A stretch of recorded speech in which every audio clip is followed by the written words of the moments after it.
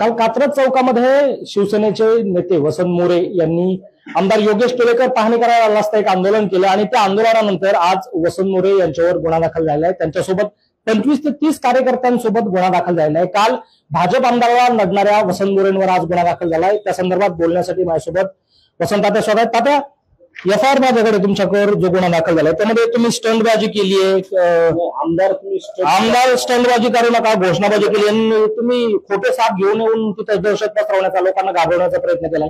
लोकांना नाही घाबरवलं मी, त्या ठिकाणी जे अधिकारी आले होते, कारण मला वाटतं की मागच्या आठवड्यामध्ये मी कात्रज कोंडवा रोडला एक साईड व्हिजिट केली होती नागरिकांच्या मागणीवरून।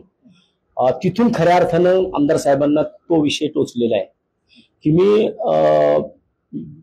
गोकुळनगरच्या बाजूला एक रस्ता आहे, 30 फुटाचा रस्ता आहे, त्या ठिकाणी मी एका ज्येष्ठ नागरिकांना भेटायला गेलो होतो।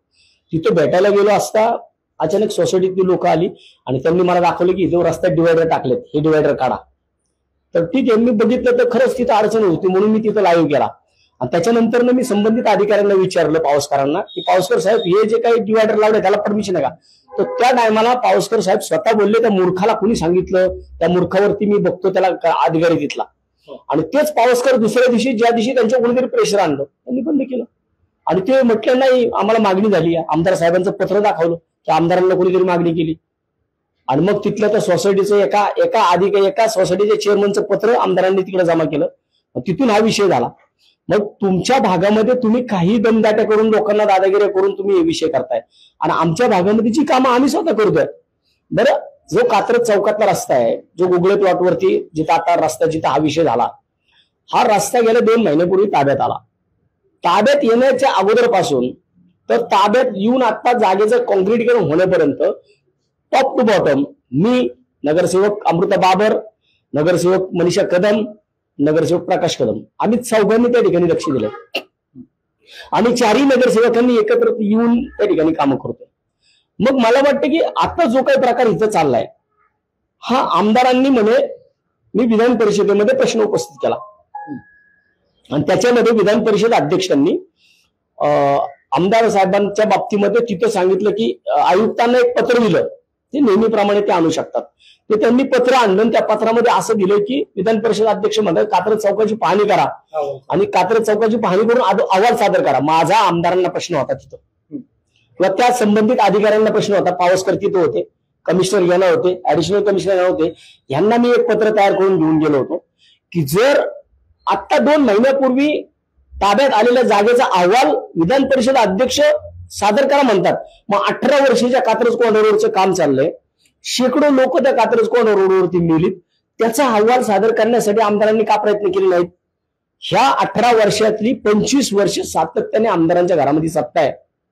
ते स्वतः 5 वर्ष नगरसेवक होते, ते स्वतः 5 वर्ष विधानसभेचे आमदार होते, ते आता विधान परिषदेचे आमदार आहेत। म्हणजे एवढं सगळं स्वतःच्या हातामध्ये, एवढी सगळी सत्ता तुमच्या स्वतःच्या ताब्यामध्ये असताना तुम्ही एकदा सुद्धा त्याची तक्रार करून अहवाल मागवला नाही। मग आता कात्रज चौकामध्ये स्टंट का करताय? कात्रज चौकामध्ये दिखावा का करताय? तुमच्या पक्षाचे तुम्हाला निवडणुका दिसतात का महानगरपालिकेच्या आता आलेल्या? कारण तुम्हाला इथं पाय रावायचे, कारण तुमचे पाय खालची वाळू आम्हीच सरकवलेली आहे। त्यामुळे आता जर अशा प्रकारे कोण आमच्या भागामध्ये येऊन, तर तुमच्या भागामध्ये तुम्ही नागरिकांना दमदाट्या करून तुम्ही तिथे लोकांना गप्प बसवताय आणि आमच्या भागामध्ये येऊन तुम्ही स्टंटबाजी करताय, ही कुठली? म्हणून आम्ही त्यांना ते सांगत होतो की कात्रज चौकामधली दिखावा बंद करा, कात्रज कोंढवा रोड पूर्ण करा आणि आमदार साहेब स्टंटबाजी का करताय बंद करा। मग एवढंच सांगितलं, एवढंच बोललं, आम्ही घोषणा दिल्या आणि अधिकाऱ्यांना मला ते साप द्यायचे होते जे आम्ही प्लॅस्टिकचे आणले होते। ते त्यांचं असं म्हणणं आहे की तुम्ही साप घेऊन आला म्हणून अधिकारी पळून गेले। अरे ते प्लॅस्टिकचे साप होते, आणायचे असते तर आम्ही सर्पोद्यान मधनं खरे आणले असते, हाकेच्या अंतरावर सर्पोद्यान होतं। बरं, आम्ही ते साप घेऊन यायला का आम्ही काय दारुडी का? आम्ही पुंगी वाजवून तुम्ही पळून गेलात, असं नाही होत। म्हणून ज्या पद्धतीने तुम्ही तिथं आलता, आयुक्ताला बोलावताय, ऍडिशनलला बोलावताय, असं नाही ना। तुम्ही बोलवा सगळ्या, तुम्ही आमदार आहे ना, तुम्ही सगळ्यांना समान वागणूक द्या ना। मी पण तिथला 15 वर्ष नगरसेवक, मी 5 वर्ष महानगरपालिकेत तुम्हाला सिनियर आहे, 5 वर्ष तुम्ही आम्ही चांगलं एकत्र आहोत आणि एकत्र असताना तुम्ही जर तुमच्याच पक्षाचा तिथं जर डंका वाजवायला येणार असाल, जी की तुम्ही काहीच केलेलं नाही, मग तुम्ही बाकीच्या का नाही तुम्ही मग बाबरांना बोलावलं? तुम्ही फक्त तुमची माहितीच घेऊन येत आहे का? तर जी कामं केली तर आम्ही आमची कामं आम्हाला करू देत ना, आम्ही पण नगरसेवक आहोत. चुकीच्या पद्धतीने गुन्हा दाखल झालाय. 100% ही पद्धत चुकीची आहे. सुमोटो गुन्हा दाखल झालाय. मला एक सांगा, याच्यामध्ये हे जे कोणी हवालदार आहेत ना, हे सुनील दादा हनवते, मी यांच्यासमोर एक 10-15 पोरं घेऊन जाणार आहे आता, आणि मी साहेबांना विचारणार आहे, PI साहेबांना, कारण मी पण लोकप्रतिनिधी आहे. याच्यामधला नितीन जगताप कोणता? आता हा ओंकार भोसलेचं नाव घेतलं. ओंकार भोसले तो मनसेमधला आहे, तो मनसेचा कार्यकर्ता आहे. ठीक आहे, तो माझ्याबरोबर मनसेमध्ये असताना होता, पण तो ओंकार भोसले राहतो कुठं? भारतीय विद्यापीठ. तो बिचारा ह्याच्यामध्ये नव्हता, पण तो पण एका पोलिसाचा पोरगा आहे. मग त्या ओंकार भोसले घेतलाय, अनिकेत खिरोड त्याच्यामध्ये घेतलाय. मग माझं एवढं म्हणणं आहे की मी हे 4-5 लोक त्या साहेबांच्या समोर मी उभी करतो आणि साहेबांना सांगतो, साहेब ह्यातला अनिकेत खिरोड कोणचा ओळखा, ह्याच्यातला प्रतीक कुडीतकर कोणचा ओळखा, ह्याच्यातला ओंकार भोसले कोणचा आहे तो ओळखा. ओळखतील का साहेब? असं नाहीये, कुणीतरी नावं सांगितली. म्हणजे हा जो गुन्हा दाखल झालाय हा पूर्ण राजकीय कसापोटी. मला वाटतं की काही लोकांना रात्री फोन झाले, पोस्ट शेअर कर, पोस्ट शेअर कर. अरे किती वर्ष बालिश चाळे करणार तुम्ही? अजून लोकांना दमदाटा करून पोस्ट शेअर करायला लावल्यात, कमेंट्स करायला लावल्यात.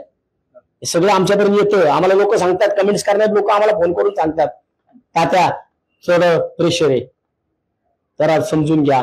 मला कमेंट्स करायला लावली, मला पोस्ट शेअर करायला लावली. ठीक आहे, आम्ही समजून घेत आलोय, पण या अशा पद्धतीने नाही होत. भाजपच्या विरोधात केलेलं आंदोलन भोवलं नाही, भवलं काय नाही.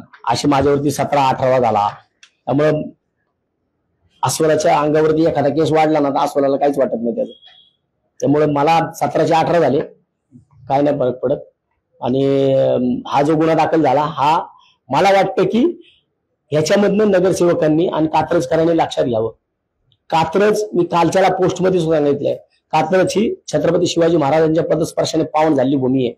ही बंडाची भूमी आहे. या ठिकाणी कायम बंडाचा झेंडा हातामध्ये घेणारे लोक जन्माला आलेली आहेत.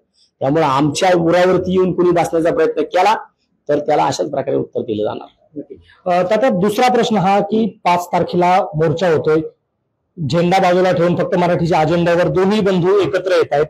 तुमच्या जसं काल मनसेची बैठक झाली तशी शिवसेनेची काय बैठक होणार आहे? कशा पद्धतीने जाणार? काय तयारी सुरू केली? नाही, 100% होणार आहे. आणि त्याच्यामध्ये मी शहराध्यक्षांसोबत बोललोय की अशीच मीटिंग जर मनसे आणि शिवसेना एकत्र करता आली तर ती सुद्धा करूया. शहराध्यक्षांचा तो अधिकार आहे. शहराध्यक्ष संजय मोरे आणि गजानन थोरकुडे त्या संदर्भात निर्णय घेतील, कारण मी राज्य संघटक आहे आणि माझ्याकडे निवडणूक समन्वयक म्हणून जबाबदारी आहे महानगरपालिकेची. त्यामुळे शहराच्या संदर्भात जे काही निर्णय घ्यायचे असेल तो पूर्णपणे अधिकार शहराध्यक्षांचा आहे. आम्ही त्यांच्यासोबत जसं बोललोय की आपण लवकरात लवकर एखादी मीटिंग मनसेसोबत लावावी, जी काय सगळीकडेच चालू आहे. कशा पद्धतीने कोण कुठून जाणार, कोण कशा पद्धतीने, शेवटी हा मराठीचा मुद्दा आहे, कुठल्या पक्षाचा मुद्दा नाहीये. राजसाहेबांनी पण सांगितलं आणि उद्धव साहेबांनी पण सांगितलं. आणि मला वाटतं की 5 तारखेला मोर्चा आहे आणि 6 तारखेला एकादशी आहे. हा महाराष्ट्रातल्या मराठी माणसाचा, वारकऱ्याचा सगळ्यात मोठा सण आहे त्या दिवशी. आणि असंख्य ठिकाणावरून दिंड्या या पंढरीच्या दिशेने चालू आहेत आता. आणि 5 तारखेला या सगळ्या दिंड्या पंढरपुरात जाऊन पोहोचणार आहेत. आणि मला वाटतं की मराठीसाठीची निघालेली दिंडी ही सुद्धा योग्य दिशेला, योग्य ठिकाणी मराठी माणसासाठी पोहोचेल, हीच माझी 5 तारखेच्या दिंडीसाठी अपेक्षा. म्हणजे ही जी दिंडी आहे ती अगदी महापालिका, सगळ्याच राज्यातल्या महापालिकेवर झेंडा फडकवण्यासाठी की विधानसभेवर झेंडा फडकवण्यापर्यंत सोबत राहावी? 100%. आणि मला वाटतं की ही 5 तारखेच ठरवेल.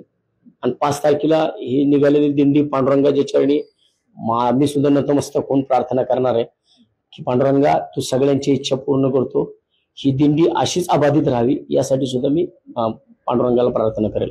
2 ठाकरे बंधू असेच एकत्र आहेत म्हणून वसंत मोरेंचं साकडे पांडुरंगा. 100% मी पांडुरंगाला साकडे घालेन. मला नाही पंढरपूरला जाता आलं तर माझ्या इथं प्रति पंढरपूर कात्रस्थळावरती आहे, त्या ठिकाणी मी विठोबाच्या चरणी, पांडुरंगाच्या चरणी मी नतमस्तक होऊन मी 100% जाताना 5 तारखेला मी दिंडीला जाताना मी पांडुरंगाचं दर्शन घेऊन निघेल आणि पांडुरंगाला सांगेल, बाबा पांडुरंगा, ही दिंडी जशी तुझ्या सगळ्या दिंड्या आज पंढरपुरात पोहोचल्यात तशी ही दिंडी योग्य ठिकाणी स्थानिक स्वराज्य संस्थांपर्यंत पोहोचू दे, दोघा भावांची एकत्र. हे होते शिवसेनेचे नेते वसंत मोरे. ज्या पद्धतीने गुन्हा दाखल झालाय हा पूर्णपणे राजकीय आकसापोटी हा गुन्हा दाखल झालेला आहे. यामध्ये आम्ही फक्त आमदारांना जाब विचारण्यासाठी त्या ठिकाणी गेलो होतो आणि त्यामुळेच हा गुन्हा दाखल झालाय. तर दुसरीकडे राज ठाकरे आणि उद्धव ठाकरे यांचा जो मोर्चा निघणार आहे हे असाच अबाधित राहावी हे दोघं जे एकत्र आलेले आहेत ते असेच एकत्र राहावेत यासाठी मी पांडुरंगाला साकडे घालेन असं सुद्धा वसंत मोरे म्हणाले. Abhijit Darade, Maharashtra time online, Pune.